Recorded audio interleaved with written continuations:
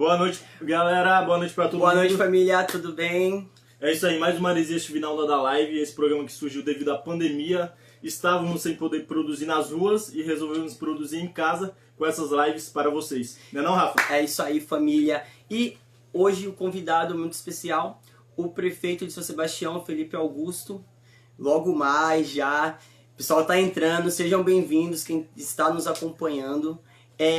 E como é de costume, iremos apresentar um videoclipe, sempre de um artista local, porque a Maresias TV valoriza a cultura local e nós queremos mostrar, né, artistas aqui da região. E o videoclipe de hoje é da canção Talvez, do CM Jogador, um rapper lá da Topolândia, praticamente aqui do lado de Maresias, perto do centro. E ele faz uma produção muito boa, pesada, e a gente vai soltar o som aí para vocês acompanharem um pouco. O prefeito daqui a pouco deve estar aqui entrando conosco e já voltamos.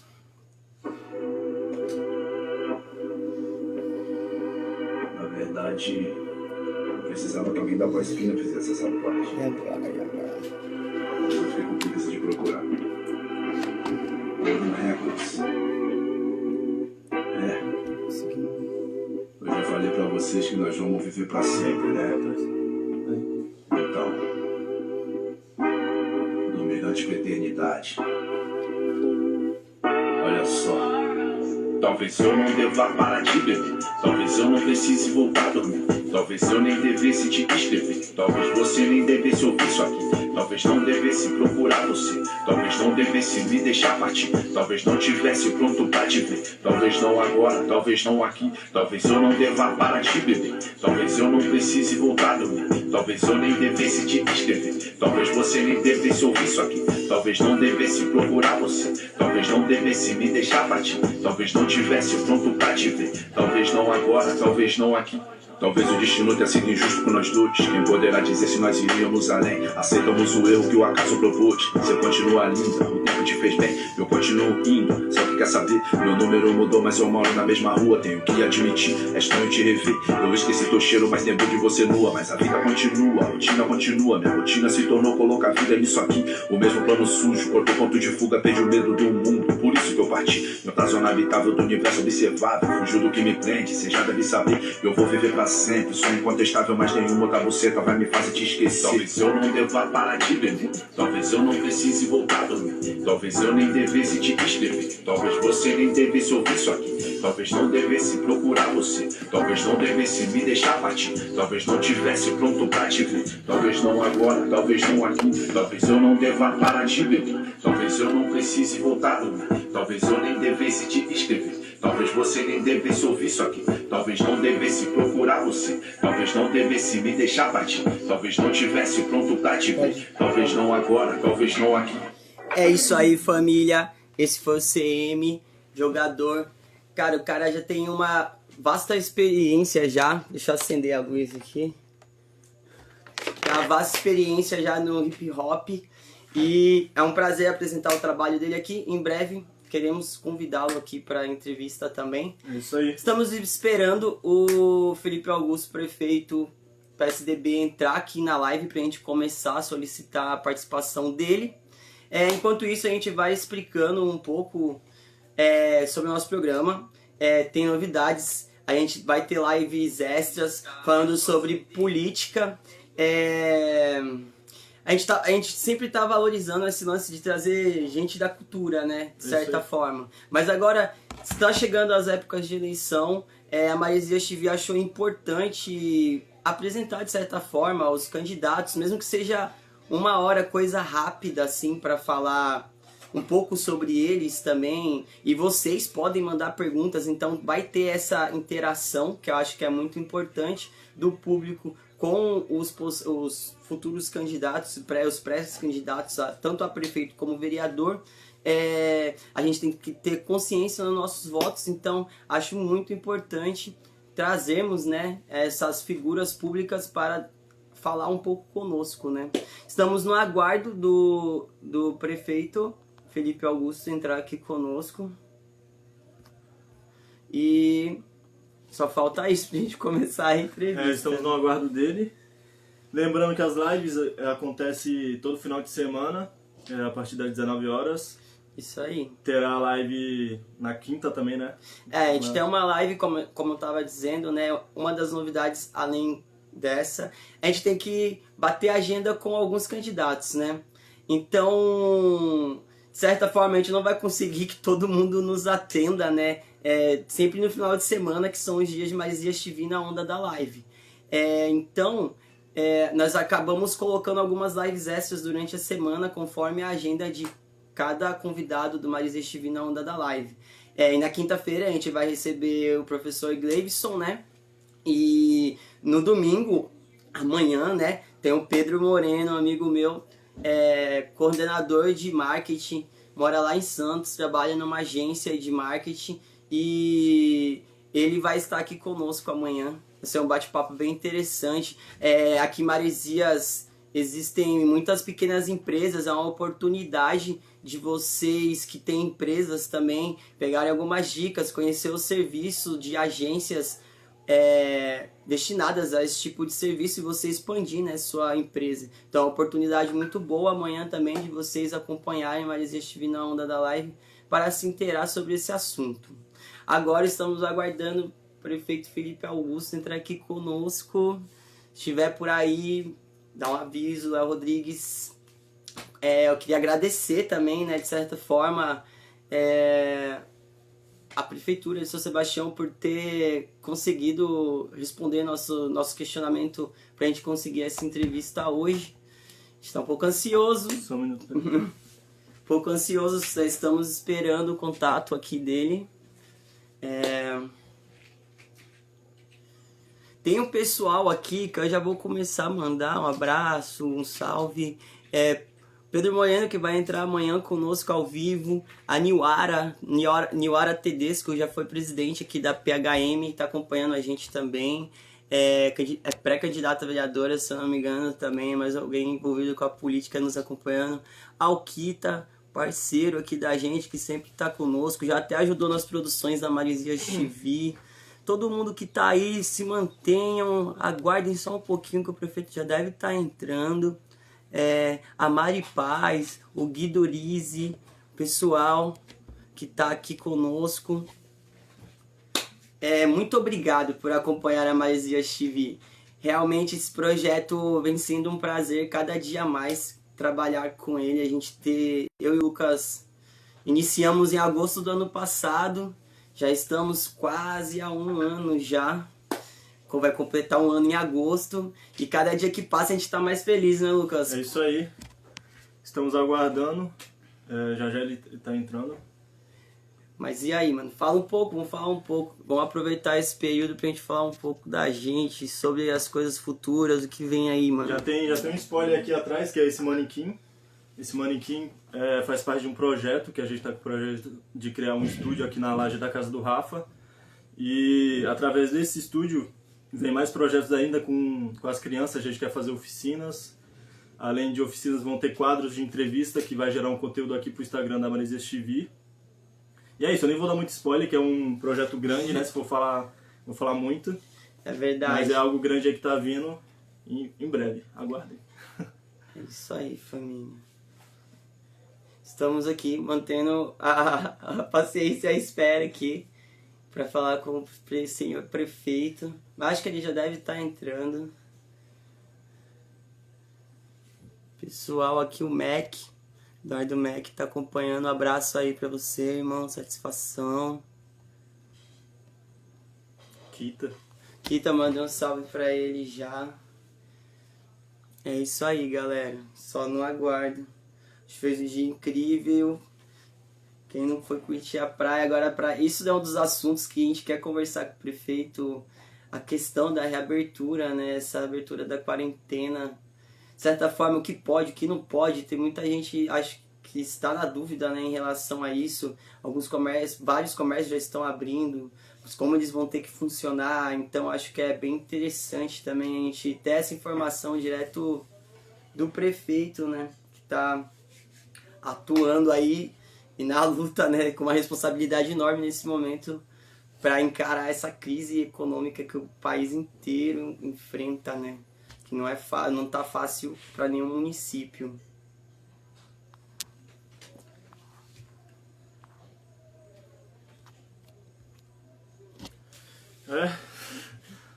Vamos continuar o aguardo. Pedimos paciência aí para quem está assistindo, para quem está acompanhando. Estamos tentando resolver aqui. Salve, ó. Salve pro Mac. Eduardo do Mac mandando um salve. Salve para todo mundo que está assistindo. Estamos no aguardo do prefeito. Sobre o ensaio. Oi? Sobre os ensaios. Tá?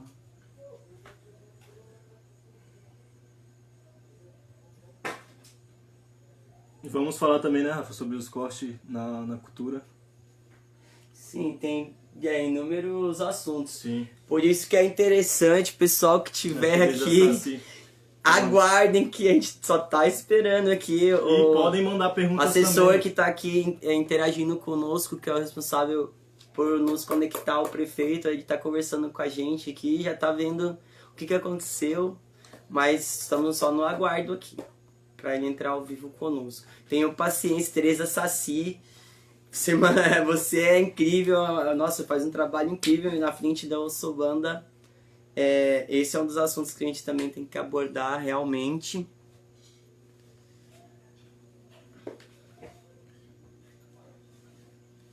A Niwara tá avisando que em 5 minutos o prefeito vai entrar conosco.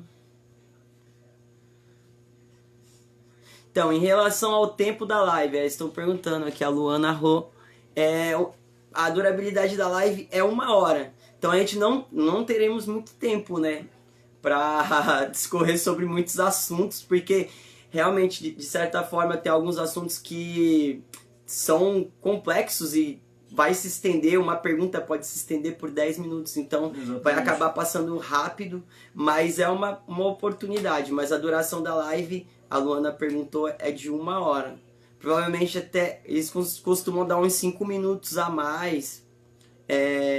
Então deve ir até umas 20 horas e 5 minutos aproximadamente, acredito eu. Tem mais gente aqui interagindo conosco. Obrigado, pessoal, nos ajudando aqui para passar esse tempinho. Então, a Tereza Saci vai levantando vários assuntos, né? E relacionado a esse corte, né, que teve da cultura. Sem querer te interromper, ele vai entrar em 5 minutos. Acabamos de receber aqui. A informação. Então em 5 minutos o prefeito vai entrar e vai... Obrigado, Léo Rodrigues, jornalista aí que já trabalhou na imprensa livre, tem uma experiência vasta aqui na comunicação do Litoral Norte. Obrigado por esse contato aí conosco. Eu entendo, o prefeito estava ocupado nesse instante, ele estava atendendo a população. 5 minutinhos ele entra. E 5 minutinhos ele já entra aqui conosco para bater esse papo, que vai ser interessante para todos e enriquecedor, né? Que é o mais importante. E mais uma vez, quem quiser mandar pergunta, vamos estar anotando Mandem tudo. perguntas, a gente vai tentar passar algumas, não vai dar para colocar todas, eu acho. Mas a gente já tem umas que a gente manda de antemão, né, pro convidado, de certa forma. E é isso aí, família. Mandem comentários, podem comentar também, que comentaremos. Uma parte da live a gente sempre deixa destinado ao público. O mais legal das lives, acho que é essa interação. Né? Realmente... Estamos quase chegando lá. E é isso, família. Em relação a mais projetos da Maresias TV, o que tem? Que vem videoclipe do Sorriso, do Matheus Sorriso. Vou aproveitar que tem uma galera aqui acompanhando a gente pra gente começar a divulgar algumas coisas que a gente vai soltar no futuro. Videoclipe Sorriso, Matheus Sorriso, ele é MC também da Topolândia. Gravamos um videoclipe dele, da canção Chora Agora e Depois. Deve sair aí no começo de julho, né? Provavelmente do mês que vem. É mais um projeto aí que a gente se envolveu com a cultura. E que está sendo um prazer ter participado e ter tido essa responsabilidade de produzir esse videoclipe. Além disso, tem os ensaios. Fizemos ensaios lindíssimos fotográficos, né, Lucas? É isso aí, estamos soltando as fotos aos poucos Aos aí poucos. no feed da Maresias TV. Vamos lá, o prefeito acabou de entrar. Vamos solicitar aqui para ele entrar ao vivo. Tomara que dê tudo certo, a conexão com o prefeito.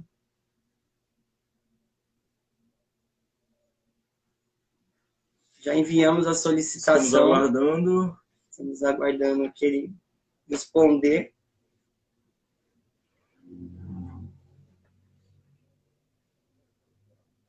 O prefeito que assumiu em 2016, né, no biennário de 2016 até 2020, pegou a missão, uma grande missão, que a cidade vinha 8 anos no governo com o governo Hernani. Prefeito sair. Olá, boa noite, tudo bem? Prefeito Felipe Augusto. Olá, boa noite a todos aí que estão acompanhando, boa noite a toda a equipe da Maresias TV.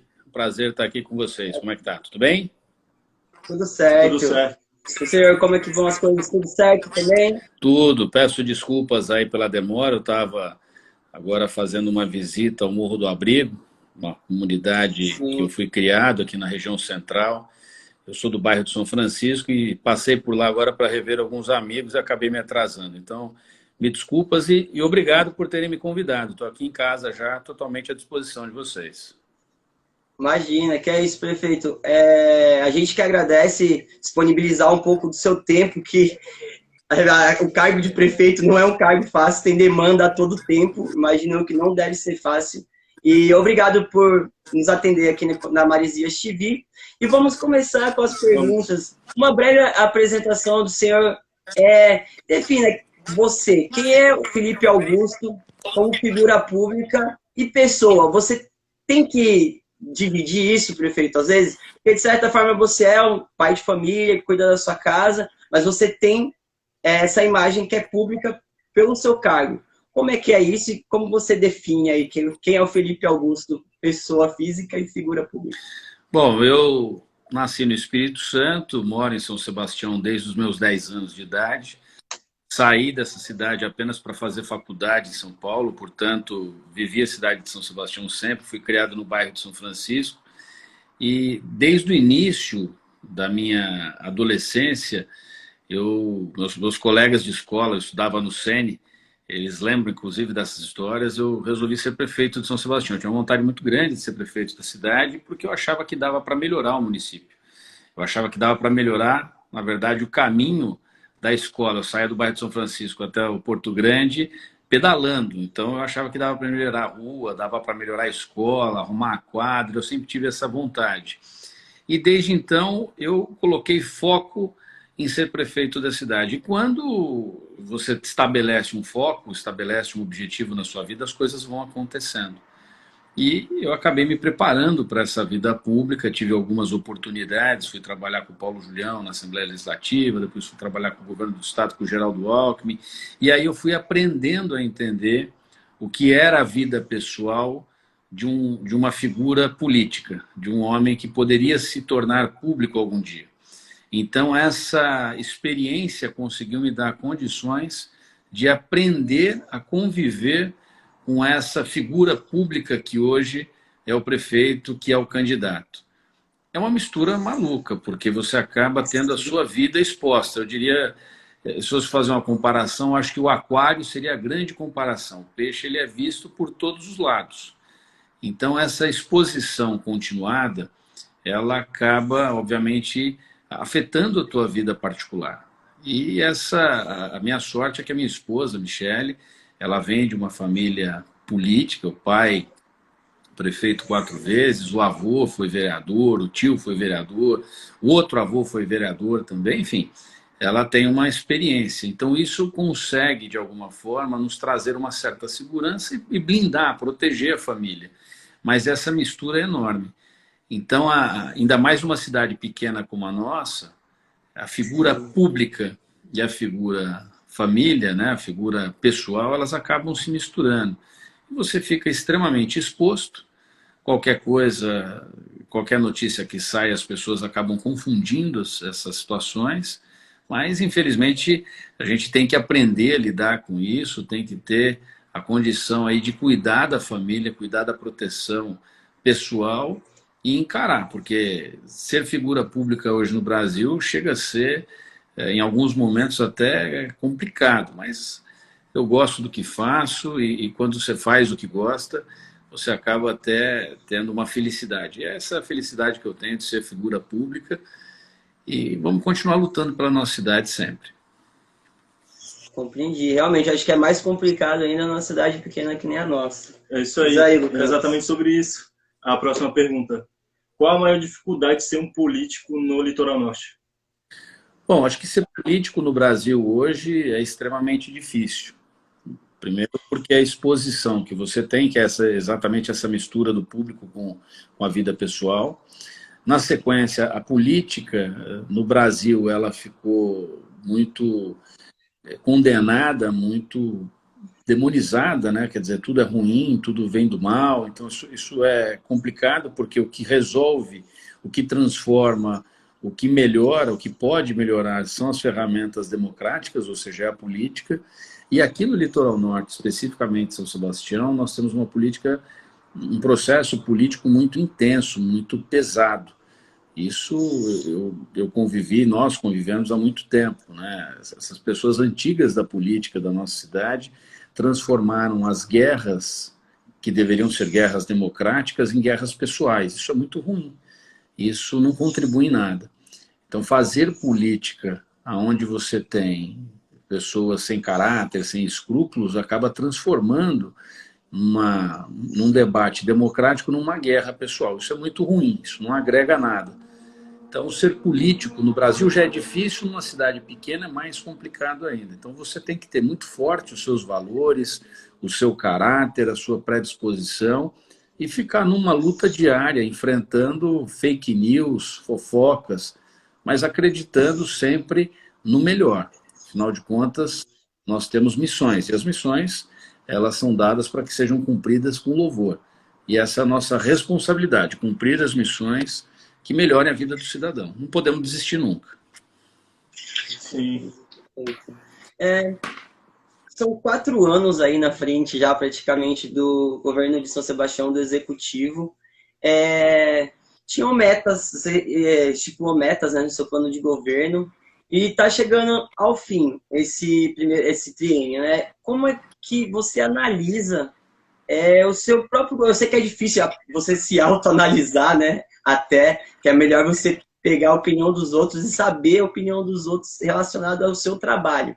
Mas qual é a sua análise? Assim, você nesses praticamente 4 anos já no cargo como prefeito de São Sebastião, você acha que você atingiu o que você queria, assim, desde o começo, quando você assumiu o cargo? Bom, nós temos 3 anos e meio de muitas realizações. É claro que fazer uma autodefesa, ela passa a ser fácil, mas quando você põe na mesa tudo que foi feito, desde 2017, eu assumi a prefeitura num estado de calamidade pública. Uma série de obras que precisavam ser feitas, as escolas abandonadas, postos de saúde abandonados, as ruas esburacadas, a qualidade da merenda escolar muito ruim, parte de uniforme, material escolar muito ruim, a cidade não tinha turismo, era uma cidade que estava vivendo as moscas. É óbvio que isso acaba virando discurso político, mas isso é um fato. Nós assumimos, a primeira providência que eu tomei foi a locação de um hotel, que acabou se transformando num patrimônio do município, para receber as crianças da Casa do Acolhimento. E muitos diziam para mim assim, poxa, mas isso não dá voto. Eu falei, mas eu não vim aqui para pegar o voto, eu vim aqui para governar, para administrar. Tinham 40 crianças que eram vítimas de violência doméstica ou sexual, enfim. Elas estavam numa casa na região central, na Vila Amélia, que há anos tinha se tornado um depósito de crianças. Então, o exemplo de transformação começou ali. Nós começamos a reorganizar as creches, tinha uma instituição horrorosa que tomava conta há mais de 10, 12 anos já do município, das creches, que era Pequenas Letras, que mantinham as creches completamente mofadas, sujas, emboloradas, e a gente começou a transformar isso tudo. Então, ao longo de 3 anos e meio, nós tivemos que fazer um processo de reconstrução do município. O que nós temos aí depois de 3 anos e meio? Quando nós assumimos, a cidade ocupava, pelo ranking da DVB, a posição de número 456 no ranking do estado de São Paulo, que tem 645 municípios, como cidade turística.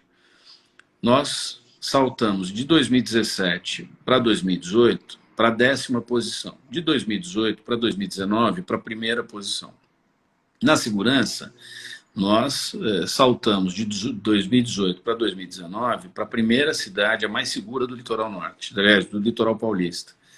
No ranking de responsabilidade social do Estado, a gente saiu da posição de número 300, né, de 645, para a 7ª.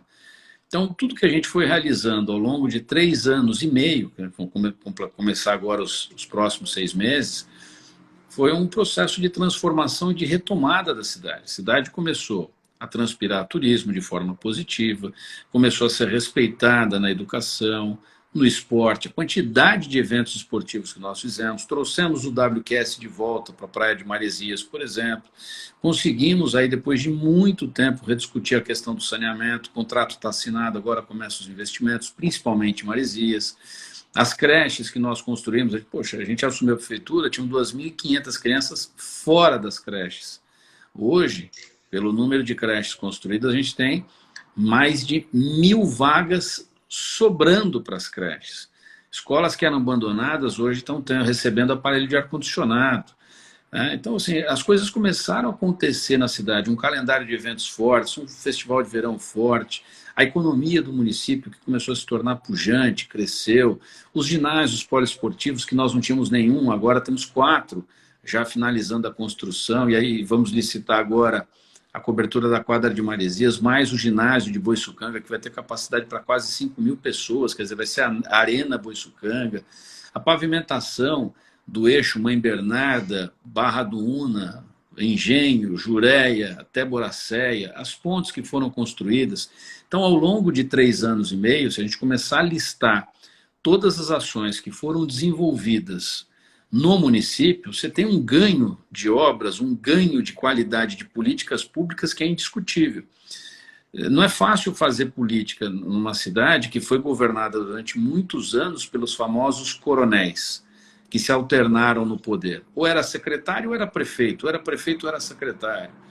Então essas pessoas acabaram largando a cidade, né, literalmente ao léu, e nós conseguimos resgatar o próprio comércio ambulante, né, todos os carrinhos trocados, novos, sem custo para os ambulantes, a nova padronização, as novas regras de vigilância sanitária, o hospital de Boiçucanga, que ficou quase 10 anos patinando, que vai ser entregue daqui a 70 dias, né, a Praça do Pôr do Sol, que foi abandonada e agora a cidade vai ganhar a 2ª maior praça do município.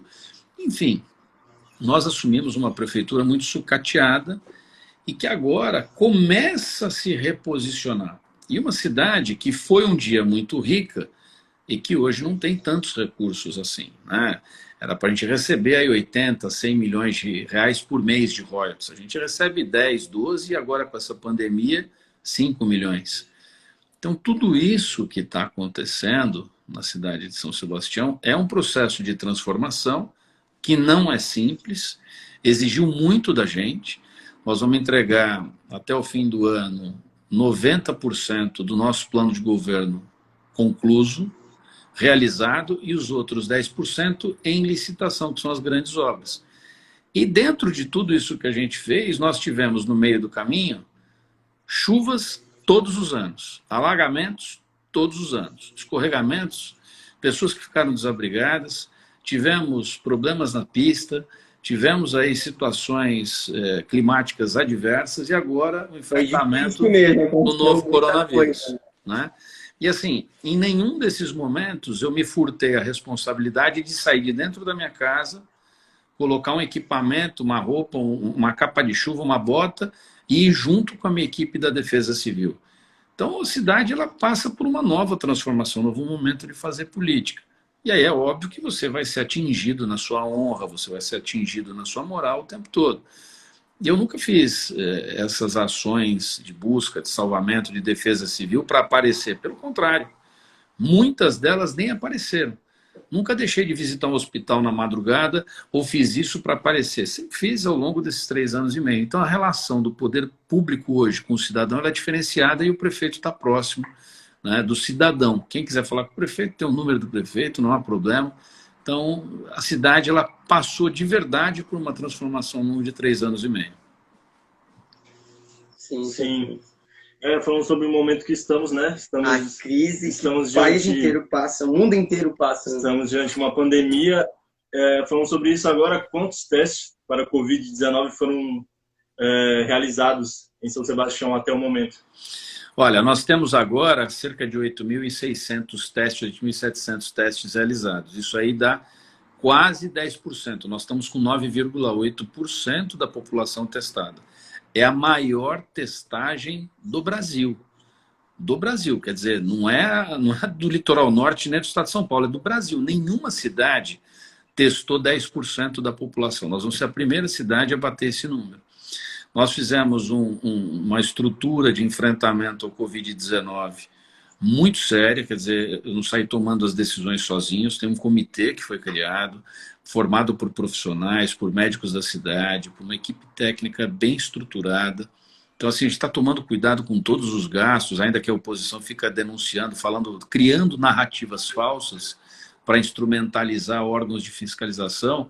Nós estamos, assim, trabalhando de uma forma muito correta. E o resultado está aí. É só comparar o nosso número de mortos com a cidade vizinha. Qualquer uma delas, se quiser, pega da região.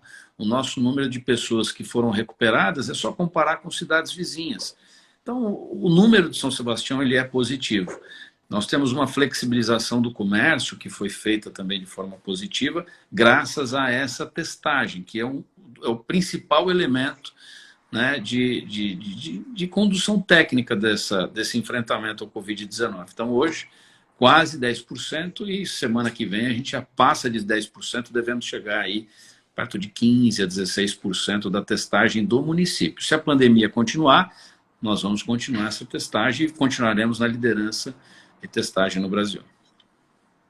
Entendi, prefeito. Então, você trouxe essa questão da oposição. Realmente, saiu alguns meios, veículos de comunicação, né? Essa questão de superfaturamento relacionado a esse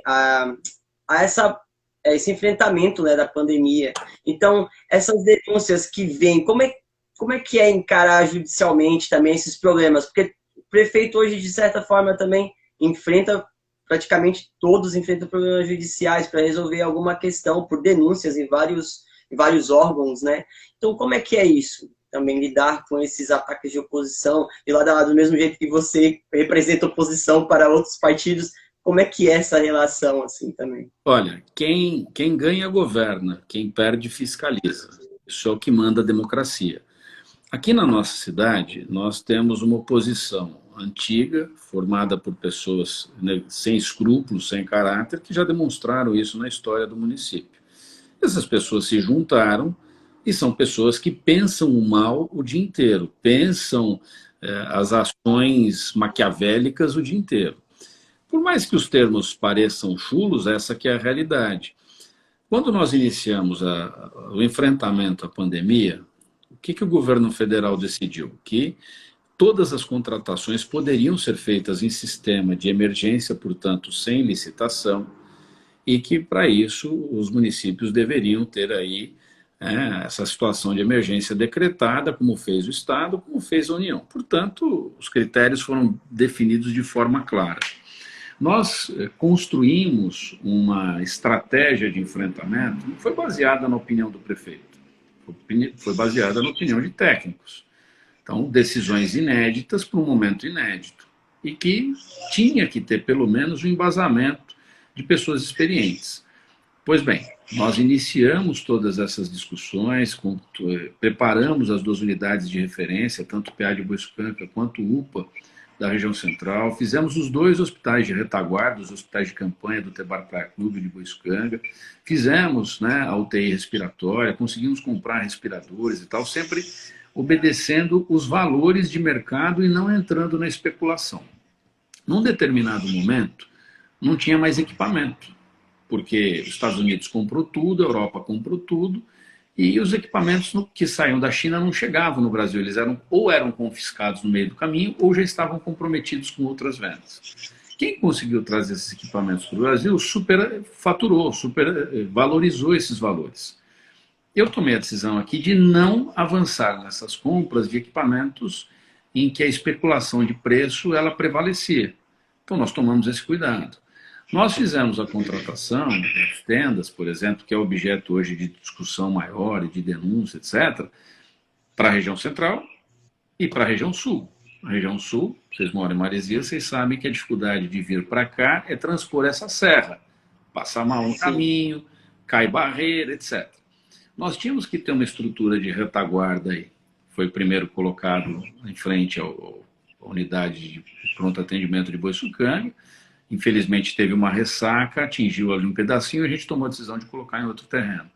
Esses contratos todos, eles estão abaixo do valor de mercado, eles estão, além de estar abaixo do valor de mercado, com 15% de desconto e não são contratos milionários. São contratos que não chegam a R$400 mil para uma tenda que abrigar 100 pessoas internadas, com estrutura de energia, água, pias lá com água e esgoto, mais a ventilação interna do ambiente, uma estrutura que está disponível e que pode ser montada em até 48 horas, montada que eu digo com equipamentos. Quais equipamentos? Macas, camas, os suportes de soro, a farmácia, a estrutura que acondiciona medicamentos. Só que para isso você tem que ter médico, enfermeiro, técnico de segurança, técnico de enfermagem. Quando a gente percebeu que a pandemia não evoluía no ritmo que era previsto, nós tomamos a decisão, então, de não montar, de não estruturar a unidade de Boiçucanga do Centro. Foi estruturado. Então, o nosso custo é muito baixo, é muito reduzido. Só que a oposição, pessoas que se dizem de oposição e que querem estar no poder, ou seja, voltar ao poder, o que fazem? Constroem narrativas falsas com elementos. Né? Olha, tem hospital lá de retaguarda, o prefeito está desviando, blá, blá, blá, blá, blá. Constrói uma narrativa, põe no papel e protocola em órgãos de fiscalização. Essa é a estratégia. E aí você instrumentaliza esse órgão de fiscalização para um objetivo político. É isso que acontece e o Brasil, infelizmente, ficou nisso.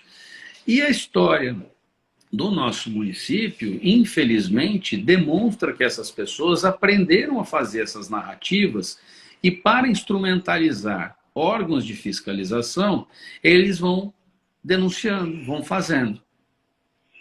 As tendas não foram pagas até agora, para você ter ideia, não foram pagas. Elas têm processos que foram montados, a prefeitura está sem recurso, não conseguiu pagar. Portanto, não há irregularidades, os preços, como eu falei, são bem abaixo disso. Agora, é óbvio que eles vão repercutir, vão dizer, vão ficar montando essas narrativas, criando histórias, fazendo denúncia. O problema é que tudo isso vai travando o governo. E se você tem ações hoje que precisam proteger e defender a saúde pública, ou ainda que precisam fazer o governo avançar, isso vai atrapalhando. Então nós temos que encarar com responsabilidade, tem que encarar com muita paciência, até porque do outro lado, por trás aí dos pseudos novinhos, tem os velhos gagá, então tem que aguentar essa turma e ficar respondendo judicialmente. Todos os processos que foram solicitados pelos órgãos de fiscalização, e aí inclui Polícia Federal, Polícia Civil, os Ministérios Públicos Estadual, entre outros órgãos, Tribunal de Contas, etc., já foram encaminhados. E isso é normal, isso está acontecendo no Brasil inteiro. O que pega são essas narrativas fajutas que provocam os órgãos de fiscalização, ou seja, instrumentaliza o órgão de fiscalização para fazer um serviço político e que lá na frente vão se demonstrar completamente mentirosos, só que se atravessa uma fase de desgaste muito ruim. A oposição o que quer? Ficar desgastando a imagem do prefeito para disputar uma eleição dizendo, olha, eu sou melhor do que ele. Mas, infelizmente, o Brasil está nessa tocada e, infelizmente, nós temos essa turma que faz aqui isso na nossa cidade. Mas tem que enfrentar, não há outro caminho. Sim, compreendi. Então, a fase de abertura, né, da quarentena, em São Sebastião teve um dos melhores índices de isolamento social do estado.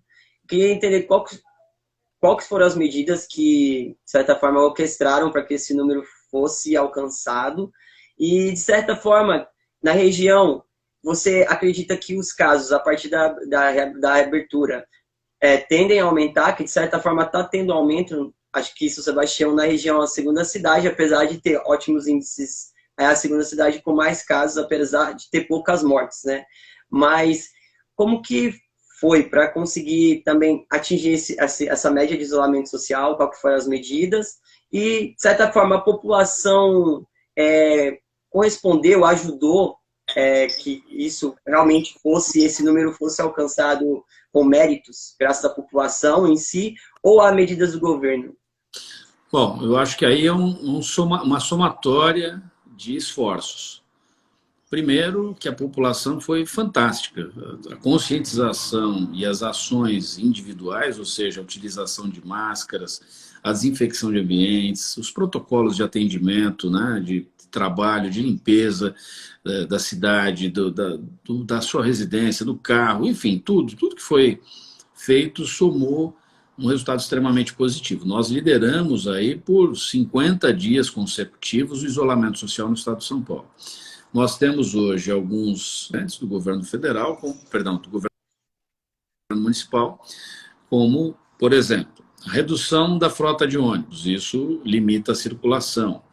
As cestas básicas, né, devidamente autorizadas pelas nossas assistentes sociais e, obviamente, atendendo à legislação vigente, que foram distribuídas e entregues direto na casa das pessoas. Portanto, as pessoas não precisaram sair das suas residências para pegar o seu kit de alimentação e a cesta básica.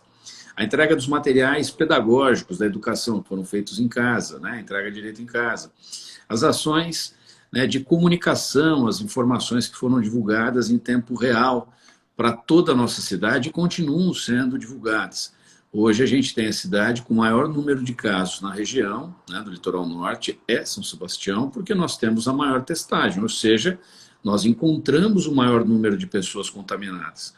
Quando nós fizemos a testagem, nós queríamos encontrar essas pessoas que estavam com Covid-19 e elas imediatamente foram colocadas em quarentena e isolamento.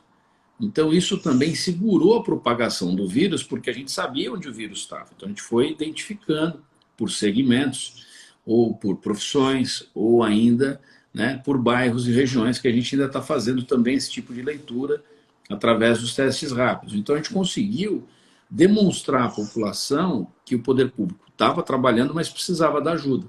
Tudo isso, somando, contribuiu para um resultado excepcional. Nós somos hoje a referência no estado de São Paulo, nós somos referência no Brasil. É só ver a quantidade de entrevista que eu pude participar. CNN, Globo, SBT, Record, com informações positivas. Então, por exemplo, as cabines de desinfecção que nós instalamos aqui, que foram as primeiras, hoje estão em todos os metrôs da capital paulista, estão em todos os terminais de ônibus, né, da capital paulista e Grande São Paulo. Todos os bancos têm cabine de desinfecção. Se você entrar na Farmaconde, aqui no centro, tem cabine de desinfecção. Então, a limpeza de ruas, a desinfecção, por exemplo, dos ônibus, dos pontos de ônibus, né? Cada ônibus terminava a linha, entrava uma equipe fazendo a limpeza. Então, tudo isso foi fundamental para o resultado positivo que a cidade vive hoje. Eu não tenho dúvidas. O cidadão sebastianense deu um exemplo. Agora, a gente vive um momento de falsa segurança. A pandemia continua, o número de casos está subindo e agora de forma mais rápida, e nós temos a chegada dos pacientes nas unidades de enfrentamento, por exemplo, PA de Boiscanga ou a UPA Central, as pessoas estão chegando no estado mais grave, uma situação mais complicada, né? O coronavírus conseguiu avançar mais. E um outro detalhe importante, que é bom a gente reforçar, em nenhum momento nós deixamos a Costa Sul largada ou de lado, nenhum momento. Então, quando nós tomamos a decisão de criar a unidade de enfrentamento ao Covid, criamos duas, Centro e Sul. Quando nós tomamos a decisão de criar a estrutura de retaguarda ou de campanha, né, que é o Hospital de Campanha ou Retaguarda, criamos duas, uma Centro e uma Sul. Porque nós temos na região Sul 40% da população, na região Central 60%. E com a UTI respiratória, nós obviamente precisamos ter os médicos, teve que ser no centro, não tem jeito, mas a região sul ficou com disponibilidade de ter respiradores, cápsula de transferência de paciente contaminado, também as cápsulas, uma na região sul, uma no centro e 2 nas ambulâncias do SAMU, e deixamos também ambulâncias dedicadas ao hospital, à região sul, que ficou baseada no PA de Boiçucanga. Então, toda essa estrutura foi definida com muito critério e atendendo uma população que foi fantástica. Eu só tenho a agradecer, porque a população deu o seu recado. Sim, prefeito. Tem muita gente mandando pergunta aqui pra gente, faltam 15 minutos pra gente encerrar a nossa entrevista. Felizmente passa muito rápido, são assuntos interessantes. E agora a gente vai abrir aqui para perguntas do público. Tem uma pergunta que eu não posso deixar de fazer, que estão insistindo muito, que é relacionado ao corte da cultura. Muita gente alega que, apesar do momento de pandemia, poderiam ter sido feitos cortes em outras secretarias, setores, e, de certa forma, muita gente que trabalha, que é envolvida com a cultura, vem aqui no Litoral Norte, vem contestando o fato de ter tido esse corte. Como que funcionou isso e qual é a resposta que você tem a dar para essa parte da população que está questionando sobre esse problema? Bom, primeiro que o prefeito que mais investiu em cultura em todos os tempos fomos nós, fui eu. Ao longo desses 3 anos e meio, a recuperação do teatro, a sede da Fundação Cultural, todos os programas de criação das oficinas culturais, todas as estruturas que foram estabelecidas, Boiçucanga, Juqueí, Costa Norte, por exemplo, no Jaraguá, no Canto do Mar, na Enseada, bairro de São Francisco, Morro do Abrigo, enfim, Barra do Una, toda a estrutura de cultura do nosso município, ela foi muito, muito, muito ampliada. E agora, a construção da nova biblioteca, que chega também à reta final, e todos os polos culturais que foram instalados. Centro Cultural da Topolândia também, que é enorme. Então, enfim, os investimentos que nós fizemos ao longo desses 3 anos e meio superaram todas as outras administrações. A quantidade de eventos, a quantidade de ações que nós tivemos em todos os bairros, as oficinas culturais com as suas formaturas, com 1.500, 2.000 pessoas em todos os bairros, né? A ampliação dessas oficinas, balé, jazz, arte, enfim, nós batemos todos os recordes. Quando a pandemia veio, nós fizemos um orçamento para gastar cerca de 12. Nós tínhamos que buscar os orçamentos disponíveis. E os orçamentos disponíveis estavam no esporte, cultura e turismo. E com a pandemia, todas as ações de eventos, elas estavam automaticamente canceladas. Aliás, eu estava na apresentação do Dia do Caiçara, exatamente, na apresentação do Dia do Caiçara, na tenda da Rua da Praia, quando nós recebemos a notícia que era obrigatório, que era determinado o fechamento de todas as atividades. Nós estávamos lá. Eu determinei o fechamento, fiz a reorganização do município e a questão orçamentária teve que ser imediatamente revista. O que nós levamos em consideração naquela hora é que, como os eventos estavam cancelados, a gente precisava desses recursos para investir na saúde, para investir, né, nessa questão da aquisição dos equipamentos, na locação das tendas e etc.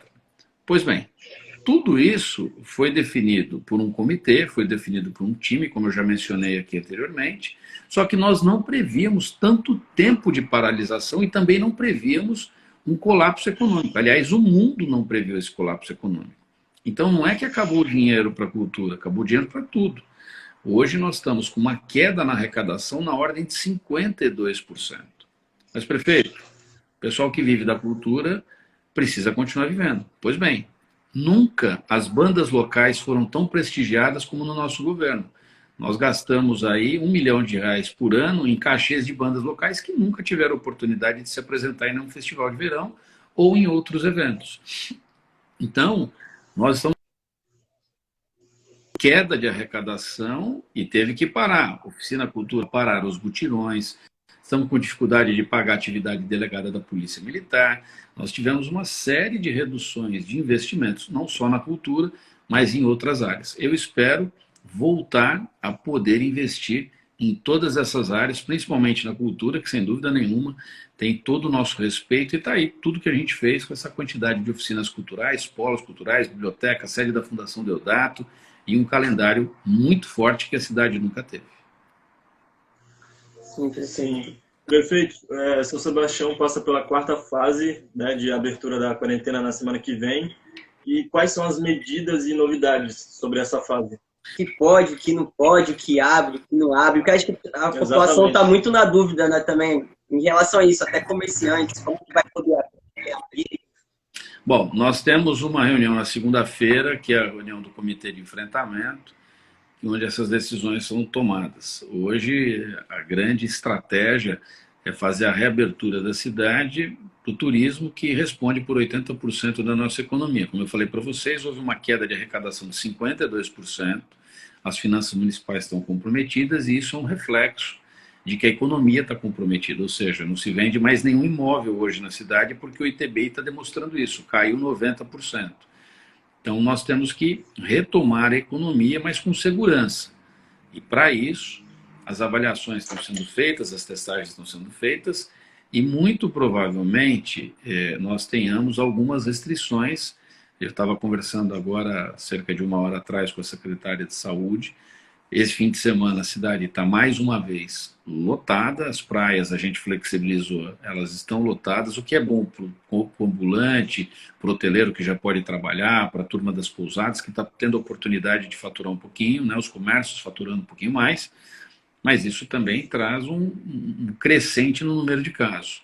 Nós temos uma avaliação dessa crescente no número de casos agora, na segunda-feira, e aí sim a gente vai poder tomar decisões com mais segurança. O que está em jogo nesse momento é o aumento da capacidade de atendimento dos restaurantes, dos bares, dos hotéis e das academias. Esse é o grande eixo de pressão hoje. O que precisa ficar claro é que eu não tenho compromisso com o erro, eu tenho compromisso com a cidade, com a saúde pública. Então, nós vamos tomar as decisões na segunda-feira, e se for necessário ampliar ou restringir, mas nós vamos decidir isso com base em números reais, não é no chutômetro. Eu espero que as pessoas estejam usando máscara, estejam se protegendo, estejam mantendo esses protocolos de saúde, de distanciamento, para que a gente possa continuar com essa reabertura. E quero dizer também aqui o seguinte, diversas ações nós tomamos muito antes de outras cidades. Nós flexibilizamos antes, porque nós tivemos a segurança e os estudos técnicos. Agora, tudo que a gente vai decidir é passado para o Ministério Público, é discutido com o Ministério Público, que é quem pode promover e ajuizar as ações de fechamento, né, do comércio, da estrutura da cidade. Então, até segunda-feira, as avaliações continuam e as decisões são em caráter técnico. Vamos torcer para que essa pandemia perca força, embora a demonstração que nós estamos tendo até agora é que a pandemia está ganhando força, e isso nos preocupa. É verdade, infelizmente. Prefeito, agora é um assunto que eu acho que tem em volta várias vezes. E também estão pedindo aqui, a Luana Rô, se eu não me engano, pediu para mim fazer essa pergunta relacionada ao transporte público, principalmente a gente nós que moramos na Costa Sul, que tem que ter esse deslocamento, que em Maresias, por exemplo, é um bairro que nós não temos caixa eletrônico, a gente quer sacar um dinheiro, tem que se deslocar 7 quilômetros até Boiçucanga, ou então tem que ir para o centro da cidade de São Sebastião para resolver tudo. E tem o transporte público, que é uma pauta que sempre é levantada, inclusive a Luana, né, que está aqui nos acompanhando, comentou sobre isso. Qual que é a solução? Também teve a greve, né, teve algumas greves da empresa Ecobus. Qual que é a previsão de melhoria nesse setor? Que é uma coisa que a população, é um setor que a população sempre está questionando. E qual que são as medidas previstas aí para que esse serviço melhore? Vamos lá. Para melhorar, tem que trocar a empresa. Ponto e acabou. Agora, como é que troca a empresa? E aí tem uma história que, infelizmente, tem que ser contada. Essa empresa não foi eu que trouxe. Ela veio para cá em 2005, 2006. Tinha uma empresa que se chamava Autovias, São Sebastião, que era do seu Luiz Carlos, e que foi retirada a fórceps do município. Entrou uma empresa que assumiu esse CNPJ da Autovias e que tem o nome fantasia de Ecobus. Essa empresa ficou até 2011, quando o contrato foi renovado, uma concessão de 30 anos, e ela permanece até agora. Nós estamos aí com cerca de 8 anos, aproximadamente, dessa primeira fase do contrato dela, que é de 15, e aí depois é mais 15, perfazendo os 30. Acontece que essa empresa, ela perde a condição financeira, perde a condição de renovar a frota, ela perde a condição de manutenção ao longo desses anos e vem deteriorando, para chegar nesse caos que está. Só que esse não é um contrato simples. Você viu, a empresa de lixo Ecopave não deu certo, tira a Ecopave. Entrou a Marquise, não deu certo, tira a Marquise. Esse é um contrato de concessão. Para a prefeitura autorizar 30 anos, passou pela Câmara Municipal e passou pelo Tribunal de Contas do Estado. Pois bem, comprovadas todas as irregularidades, a má prestação do serviço, comprovada a questão financeira, que está em situação precária, o Tribunal de Contas, ele decidiu, há 3 semanas atrás, pela irregularidade do contrato e determinou o cancelamento. Pois bem, a prefeitura, sob o nosso comando, impetrou uma série de ações e foi provocando essas decisões na esfera do Tribunal de Contas e do Tribunal de Justiça. Agora, e a empresa também entrando com recursos, ações, ela também agindo do outro lado. Agora, com essa decisão do Tribunal de Contas, que nós estamos aguardando ser notificados, ou seja, a gente sabe que foi decidido porque a gente acompanha o Diário Oficial, mas o tribunal precisa notificar a prefeitura, mandar um documento determinando que seja feito o cancelamento do contrato, para aí sim a gente abrir uma nova concessão. Essa licitação pode demorar até 6 meses. O que nós vamos fazer agora é abrir a concessão de imediato e no meio do caminho pode acontecer uma contratação emergencial, se a empresa não tiver mais condições de conduzir o contrato. De que forma isso? Pois bem, a empresa não consegue mais nem pagar salário. Ela é uma empresa em estado de calamidade financeira. Ela não consegue mais honrar os seus compromissos. Os funcionários entraram em greve, o sindicato me procurou, ele teve lá o presidente do sindicato, com todos os associados estiveram conosco, nós conversamos. E aí, qual é a solução? Contrata-se uma empresa de imediato e, na sequência, uma concessão. Isso tudo vai ser obedecido à legislação, nós vamos atender a todos os órgãos de fiscalização e eu estou tomando todos os cuidados, estou informando tudo isso ao Ministério Público e ao Tribunal de Contas. Porque o que vai acontecer? Vai chegar no momento de licitar, de contratar outra empresa, a oposição vai falar assim, o prefeito, olha lá, trazendo a empresa dele, olha o prefeito trazendo não sei o quê, olha o prefeito. Vão começar a criar umas narrativas desse sentido para entrar com ação judicial e embargar a licitação. É isso que vai acontecer. Portanto, nós já estamos calçados nas medidas legais administrativas para retirar a empresa. E nós tivemos, infelizmente, que esperar todos esses meses para uma decisão do tribunal. Agora que a decisão saiu, as contratações, a concessão, tudo isso começa a acontecer. Ou seja, é uma questão de tempo para a melhoria do transporte da cidade.